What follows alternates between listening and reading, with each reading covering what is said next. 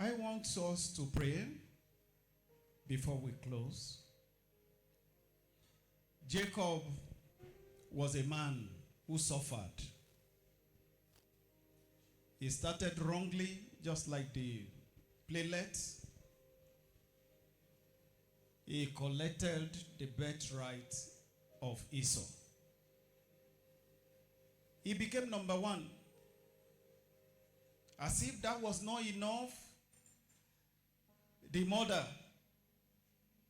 connived with him to take the blessing of Esau. He thought by doing all this, he was free from suffering. But he was not.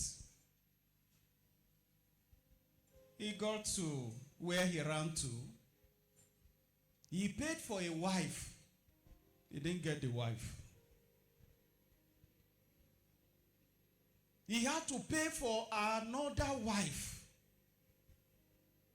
Somehow, he planned to marry one. He ended up marrying two.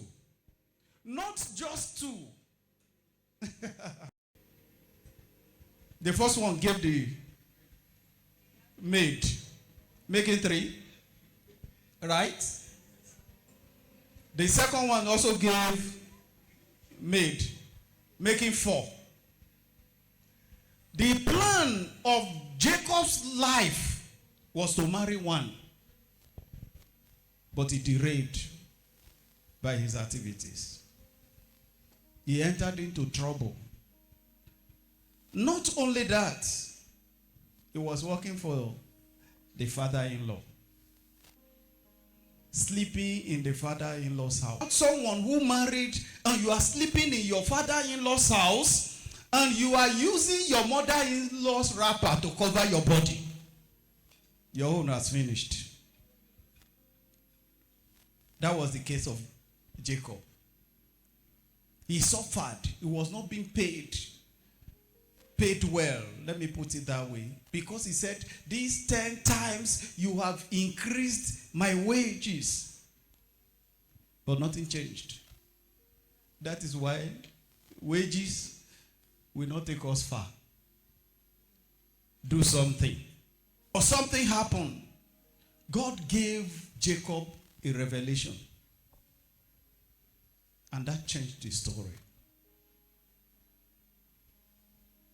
God gave him a revelation. Where he was walking, he caught a revelation by experience. And that is what you will pray for. That is where your enlargement lies. You need a revelation. You need an idea that will change your story. Let us rise up on our feet. You will cry to God. How many of us need enlargement?